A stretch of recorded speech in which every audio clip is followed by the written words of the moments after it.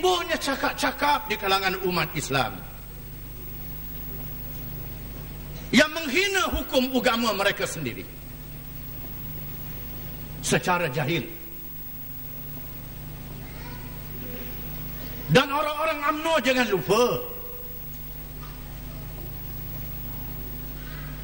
lupa, ada di kalangan pemimpin-pemimpin mereka yang bercakap, kalau dilaksanakan hukum hudud, tak cukup batu nak buat jalan raya. Kalau dilaksanakan Islam, negeri akan huru-hara. Dan ada orang yang menulis buku The Malay Dilemma. Sepatutnya Jawatan Kuasa Fatwa dan IKIM mengkaji buku Malay Dilemma. Dan beberapa kenyataan menjadi tanggungjawab kepada kita untuk menyelamatkan umat kita. Kerana mereka yang tahu agama dalam UMNO lebih rela menjadi syaitan-syaitan bisu.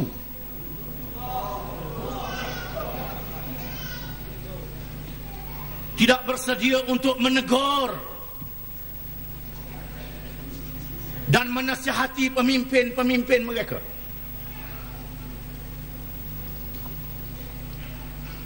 Kita memberi nasihat dengan tidak memberitahu Sianu bin Sianu, dengan tidak menyebut senarai nama. Inilah adab kita berdakwah, adab kita untuk menyelamatkan umat kita.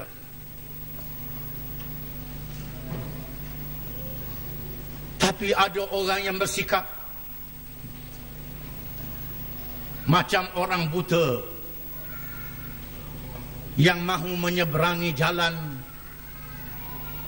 yang banyak lopak, yang banyak kereta yang lalu lintas. Lalu kita menolong dia, nak menyelamatkan dia menyeberang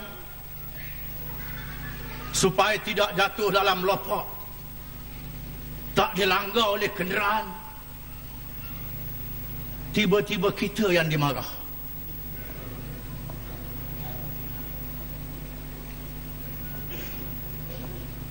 Alhamdulillah, walaupun ada pimpinan kita yang pernah ditahan di bawah ISAA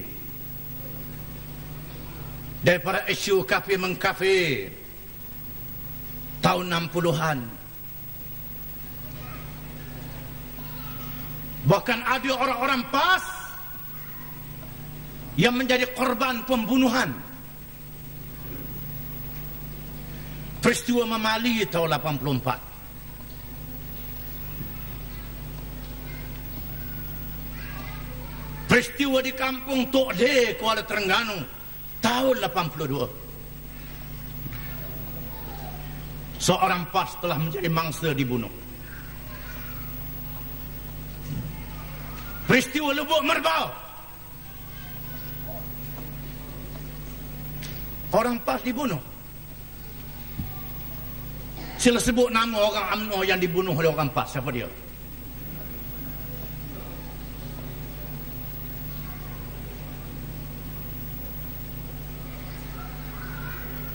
Kita bersabar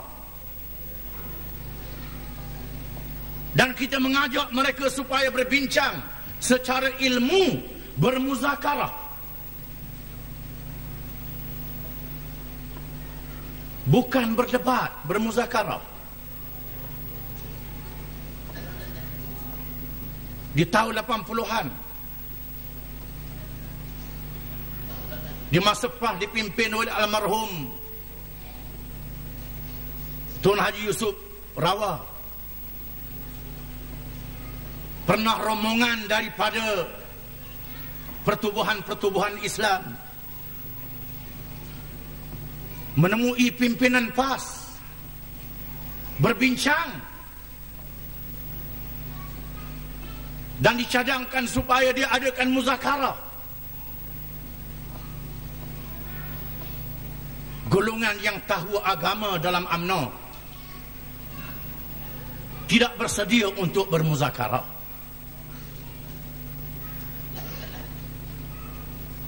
Tujuan muzakarah bukan untuk menghukum, tapi untuk mencari kebenaran.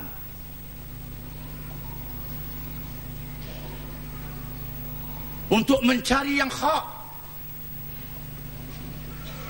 Untuk berbincang secara ilmu. Alhamdulillah.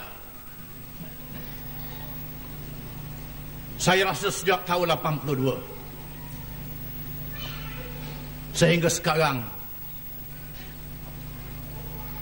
tidak ada lagi pemimpin UMNO ataupun sesiapa yang berani mengatakan politik tak ada dalam Islam. Tidak ada mereka yang berani secara terbuka menghina hukum-hukum Islam.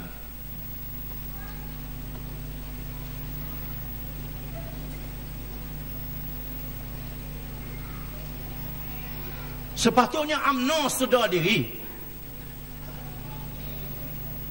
UMNO faham.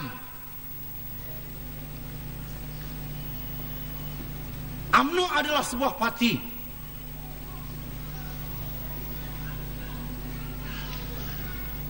yang tidak menjadikan Islam sebagai hukum yang tertinggi. Mengapa tidak bertindak ke atas golongan anti hadis? Mengapa bertindak ke atas Arqam? Ke atas Arqam mereka bertindak. Golongan anti hadis mereka tak bertindak. Mereka jawab kerana golongan anti hadis tidak mengancam keselamatan negara. Arqam mengancam keselamatan negara. Hingga hari ini, alhamdulillah, PAS bersama-sama Barisan Alternatif dan PAS bekerjasama dalam Barisan Alternatif, termasuk kerjasama dengan DAP, parti yang bukan Islam, berdasarkan kepada hukum Islam, bukan secara spontan. Dengan kita memahami perbezaan ideologi dan kita memahami di sana ada titik pertemuan. Titik pertemuannya ialah sama-sama menentang ISA, sama-sama menentang kezaliman, diskriminasi, sama-sama menentang perkara yang tak betul.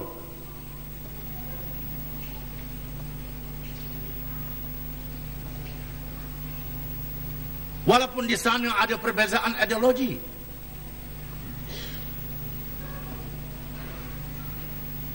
UMNO tidak boleh bincang